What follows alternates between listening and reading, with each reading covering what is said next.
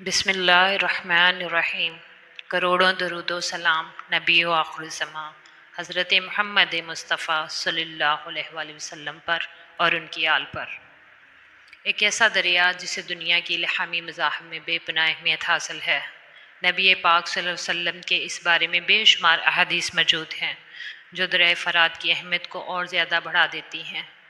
सिर्फ इस्लाम ही नहीं बल्कि दरिया फ़रात यहूदी और ईसाई मज़हब में भी बेहद अहमियत का हामिल है। यानी इस्लाम, ईसाईयत और यहूदियत के मुताबिक दरिया फ़रात जन्नत के चश्मों में से एक चश्मा है। नाज़रीन मोहतरम, दरिया फ़रात के बारे में नबी पाक सल्लल्लाहु अलैहि वसल्लम की पेशनगोई है जो क़यामत के आने से पहले पूरी होगी। आप में से बहुत सारे लोग इसके बारे में काफ़ी कुछ जानते होंगे। अगर आप लोग नहीं जानते तो आज हम आपको इस पेशनगोई के बारे में बताएंगे। इसके साथ साथ आपको ये भी बताएंगे कि दरिया फ़रात से एक ऐसा ख़जाना दरियाफ़्त होने वाला है जिसे नबी आखिरुज़्ज़मा सल्लल्लाहु अलैहि वसल्लम की पेशनगोई बहुत जल्द पूरी होती नज़र आ रही है। नाज़रीन मोहतरम, इस बारे में मुकम्मल जानने के लिए इस कीमती और मालूमाती वीडियो को एंड तक ज़रूर देखिएगा। नाज़रीन मोहतरम, हज़रत अबू हुरैरा रज़ियल्लाहु अन्हु से रवायत है कि रसूलुल्लाह सल्लल्लाहु अलैहि वसल्लम ने फरमाया कि क़यामत इस वक़्त तक कायम नहीं होगी जब तक दरिया फ़रात से सोने का पहाड़ ना निकल आए, जिसको लेकर बहुत खौफनाक लड़ाई होगी और इस लड़ाई के अंदर 100 में से 99 लोग मारे जाएंगे। इनमें से हर एक शख्स ये सोचेगा कि शायद मैं इस लड़ाई में बच जाऊं तो इस तमाम माल को हासिल कर लूँगा। और एक रवायत में आता है दरिया फ़रात खुश्क होकर सोने के ख़जाने को ज़ाहिर कर देगा। लिहाजा जो शख्स भी इस वक्त मौजूद होगा इसमें से कुछ भी ना ले। नाज़रीन मोहतरम, इस अहम तरीन हदीस मुबारका के अंदर कुर्ब क़यामत की एक अहम तरीन पेशनगोई की गई है जिसके मुताबिक दरिया फ़रात, जिसका बहाव उस दौर के अंदर अपने अरूज पर था और किसी के तसव्वुर में भी नहीं था कि यह कभी खुश्क हो सकता है, अनकरीब खुश्क होकर ऐसे लोगों की आजमाइश करेगा जो दुनिया के मालो ज़र या लालच का शिकार हुए या फिर बेदीन हुए और इस माल की खातिर एक दूसरे को कत्ल करेंगे।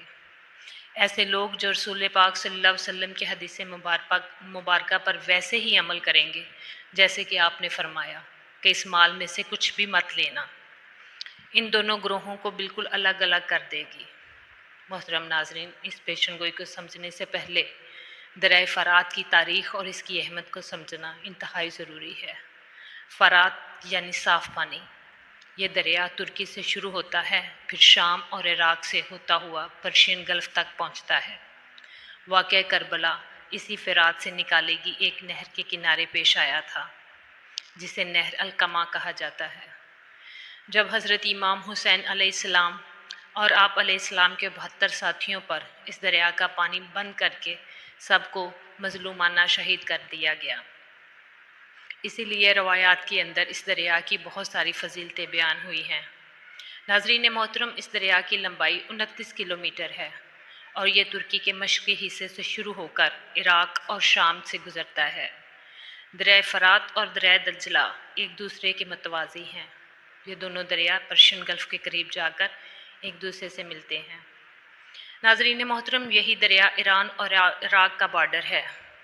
दरिया फ़रात और दरिया दज्ला की वजह से इस इलाके की सरज़मीन ज़रख़ीज़ है और ये ज़मीन बैनुन्नैन के नाम से मशहूर है। ये सरज़मीन इंसानी तहज़ीब का मरकज़ रही है और तारीख़ के अंदर मुख्तलिफ़ तहज़ीबों को इस सरज़मीन के अंदर काफ़ी तरक्की हासिल हुई। मिसाल के तौर पर बाबल के खितबे दारुल खलाफा की बुनियाद थी फ़रात के इसी किनारे पर रखी गई। बाज़ रवायात के मुताबिक फ़रात एक मुक़द्दस और बाफ़ज़ीलत दरिया है जिसके अंदर जन्नत का पानी शामिल है जो 7वें आसमान पर मौजूद एक बहुत बड़े दरख्त सिदरतुल मुंतहा की जड़ों से आ रहा है। नाज़रीन मोहतरम, साइंटिफिकली तौर पर आज ये बात साबित करना मुश्किल है 7वें आसमान पर मौजूद सिदरतुल मुंतहा से किस मीडियम के ज़रिए या किस लाइन के ज़रिए ये पानी ज़मीन के अंदर पहुंच रहा है। ये बात तो अल्लाह ताला ही बेहतर जानता है। शायद आने वाले वक्तों के अंदर हम इस साइंस को दरियाफ्त कर लें। नाजरीन मोहतरम, इंटरनेट पर दरिया फ़रात के खुश्क होने के बहुत सारे दावे मौजूद हैं। कहीं पर तो कोई शख्स ये कह रहा है कि वो सोने का पहाड़ इंसानों को मिल गया, जिसके बारे में पेशन गोई की जा रही थी, और किसी का कहना है कि यहाँ से दरियाफ्त होने वाला तेल या इसकी सेल से हासिल होने वाली दौलत दरअसल सही मानों के अंदर या मिसाल के तौर पर समझाने के लिए सोने का पहाड़ कहकर बयान की गई थी। तो कोई दरिया फ़रात के खुश्क होने वाले इलाकों से मिलने वाले पुरसरार शहर को सोने के एक पहाड़ से तशबीह दे रहे हैं। नाजरीन मोहतरम, जून 2022 को एक ख़बर आई कि इराक़ के अंदर एनवायरनमेंट की तब्दीली के 6 साल के बाद दरिया दजला के खुश्क होने से 3500 साल पुरानी एक मस्जिद दरियाफ्त हुई, और माहिरीन आसार कदीमा के मुताबिक दजला के खुश्क होने के बाद ज़ाहिर होने वाली ये मस्जिद 1275 से लेकर 1475 कब्ल मसीह के दरमियान कायम हुई थी। नाजरीन, ये बस्ती ज़लज़ले से तबाह हुई थी। बाबुल इराक़ का ये शहर दुनिया का सबसे पहला जदीद तरीन शहर था। इसे वेस्टोपिटेनिया भी कहते हैं, लेकिन अब बाबुल शहर खंडरात बन चुका है। बगदाद से 100 किलोमीटर दूर दरिया फ़रात के किनारे पर वाक़या ये इंसानी तारीख़ का पहला शहर था जिसकी आबादी तकरीबन 2 लाख से भी ज़्यादा थी। 4000 साल कब्ल मसीह की तहरीरों के अंदर भी इस शहर का तज़किरा मिलता है। नाज़रीन मोहतरम, तौरात के मुताबिक हज़रत आदम अलैहिस्सलाम बाबुल इराक़ के अंदर ही रहते थे। जब काबील ने हाबील को कत्ल किया तो काबील अपने अहल-ए-याल के साथ भागकर बाबुल के पहाड़ों में चला गया, तो इस जगह का नाम बाबुल पड़ गया, जिसके मानी है जुदाई। फिर जब हज़रत इदरीस अलैहिस्सलाम मबूस हुए तो दूसरी जानब काबील की औलाद भी बढ़ गई, तो इसने पहाड़ों से नीचे उतरकर बहुत ही फसाद बर्पा किया, लेकिन इसके अंदर नेक लोग भी शामिल थे। तो हज़रत इदरीस अलैहिस्सलाम ने अल्लाह से दुआ की कि इन्हीं भी एक ऐसी सरज़मीन अता की करें जिनमें बाबुल की सरज़मीन की तरह एक दरिया बहता हो। मिस्र पहुंचकर इन लोगों ने इस जगह का नाम वेब 11 रखा, जिसके मानी है अच्छी जुदाई या अच्छी फ़ुरक़त। कुछ लोग इन खंडरात को ही सोने का पहाड़ से तशबीह देते हैं, जिसके मुताबिक माहिर आसार कदीमा के लिए एक सोने के पहाड़ के जैसा ही है। लेकिन नाज़रीन मोहतरम, ऐसा बिल्कुल भी नहीं है। इस शहर की दरियाफ्त एक अहम खोज तो है, लेकिन इसका नबी करीम सल्लल्लाहु अलैहि वसल्लम की पेशनगोई से कोई ताल्लुक़ नहीं। नाज़रीन मोहतरम, तुर्की और शाम के दरिया फ़रात पर बहुत सारे डैम्स बना रखे हैं, जिसकी वजह से इसके पानी का लेवल दिन ब दिन कम हो रहा है। इस पर पहला डैम 1970 के अंदर बनाया गया था, और फिर 15 अप्रैल 2014 को तुर्की ने दरिया का बहाव मुकम्मल तौर पर बंद कर दिया, जिसके बाद से तुर्की और शाम के बॉर्डर पर यह इंतहाई खुश्क हो चुका है। फिर ये कदीम शहर दरियाफ्त हुआ।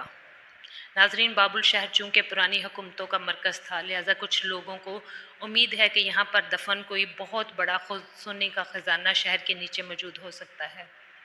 इसके अलावा इसके आसपास ऐसी बहुत सी छोटी बड़ी चट्टानें मौजूद हैं जिसके अंदर सोने की काफ़ी ज़्यादा मिकदार मौजूद है, जो कि यहाँ के लोग थोड़ी थोड़ी मिकदार में निकाला करते थे।